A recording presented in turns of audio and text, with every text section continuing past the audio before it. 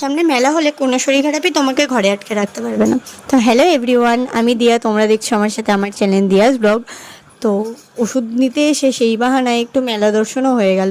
তো এই যে ফার্স্টেই ঢুকে পড়েছিলাম মেলার রথ দর্শন করতে। দেন এখানে ওই যে জিলিপি পাঁপড় যা যা হয় আর কি। তো এখানে এই যে দেখো কাকুটা কত সুন্দর জিলিপি বানাচ্ছিল, আমি তো হা করে তাকিয়েছিলাম। দেন এখান থেকে মা জিলিপি আর পাঁপড় নিয়ে নিচ্ছিল, আর আমি এখানে এই যে দেখতে পাচ্ছি আমার চোখগুলো কেমন ছলছল করছিল।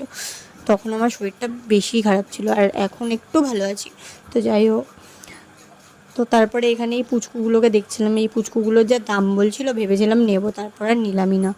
তো দেন এখান থেকে চলে এসেছিলাম এই কানের দোকানে। এই কানের দোকানে বেশ সুন্দর সুন্দর কালেকশন ছিল।